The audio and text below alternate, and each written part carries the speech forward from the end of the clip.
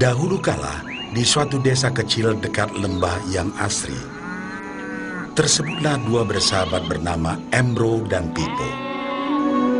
Mereka adalah tipe pemuda yang berambisi untuk menjadi orang terkaya di desanya. Mereka kerap membicarakan impian dan ambisi mereka itu akan kekayaan, kehidupan, dan gaya hidup yang ingin mereka miliki nantinya.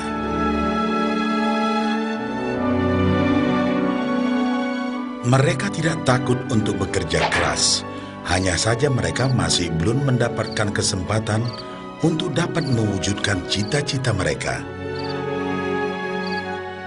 Tanpa putus asa, mereka terus mencari dan mencoba gagasan-gagasan baru untuk mendapatkan kesempatan tersebut.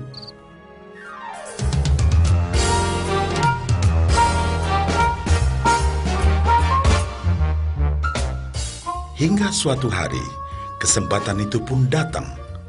Desa mereka membutuhkan lebih banyak air. Oleh karena itu, kepala desa mempekerjakan Embro dan Pipo untuk mengambil air dari mata air di gunung untuk dibawa ke tempat penampungan di desa. Mereka akan dibayar sesuai dengan banyaknya air yang dapat mereka bawa. Maka mereka berdua pun menyambut dengan baik kesempatan ini. Embro dan Pipo pun segera melaksanakan pekerjaan tersebut dengan bersemangat. Setiap hari, sejak pagi hingga sore, mereka bergegas menuju mata air dengan membawa ember masing-masing. Mereka bekerja keras untuk membawa air sebanyak mungkin ke tempat penampungan air di desa.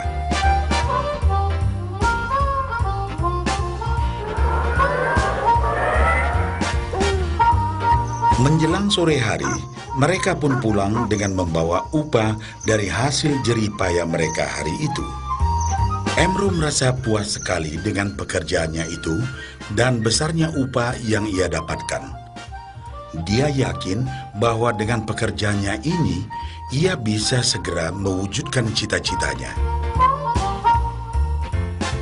Bahkan untuk menambah penghasilannya, Embro membuat ember yang lebih besar agar dapat lebih banyak membawa air. Embro yakin dengan penghasilannya sebesar itu, tak lama lagi ia bisa segera membeli sapi dan memiliki gubuk baru yang ia idam-idamkan.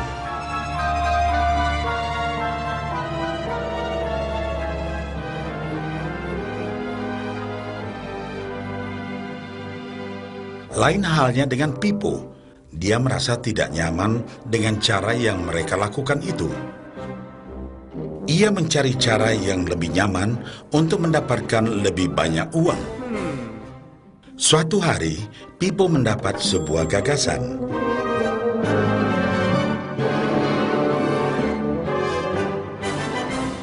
Ia berniat membangun sebuah saluran pipa yang akan mengalirkan air dari mata air langsung ke tempat penampungan air di desa. Dengan saluran pipa tersebut, ia akan mendapat lebih banyak air tanpa perlu lagi membawa ember ke mata air. Ia sangat antusias dengan gagasannya ini. Pipo pun mulai menceritakan gagasannya ini kepada Embro dan mengajaknya bekerja sama. Tetapi Embro tidak sependapat. Ia bahkan mentertawakan gagasan Pipo tersebut karena merasa dirinya mampu mendapatkan lebih banyak uang.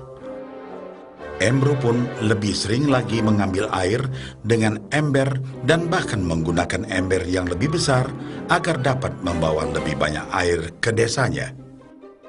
Dengan cara ini, Embro yakin penghasilannya akan meningkat.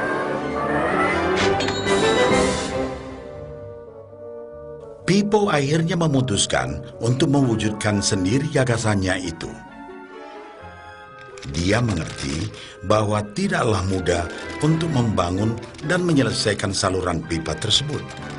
Dibutuhkan beberapa tahun untuk bisa menyelesaikan dan menikmati hasilnya. Namun tekadnya telah bulat. Ia pun tetap bekerja mengangkat air dengan ember setiap hari seperti biasa. Tetapi di akhir minggu dan setiap ada waktu luang, Pipo bekerja keras menggali tanah yang banyak berbatu untuk membangun saluran pipanya.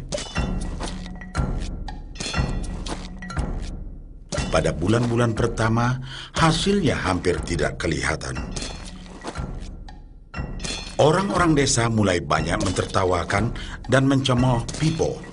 Mereka menjulukinya Pipo si manusia saluran pipa.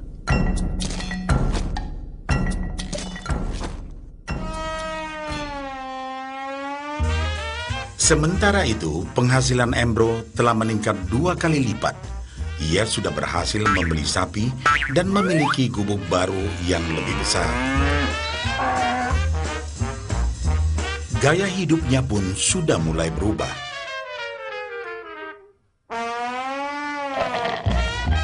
Ia sering menghabiskan waktu sepulang kerja di bar, menikmati hasil jerih payahnya mengangkat ember. Namun, tanpa disadari, badan Embro kini mulai jadi bungkuk karena begitu beratnya ia harus mengangkat ember besar setiap hari.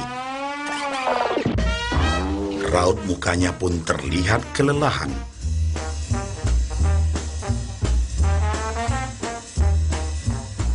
Semakin hari, semakin sedikit air yang dapat dibawanya karena tenaganya berkurang seiring bertambahnya usia.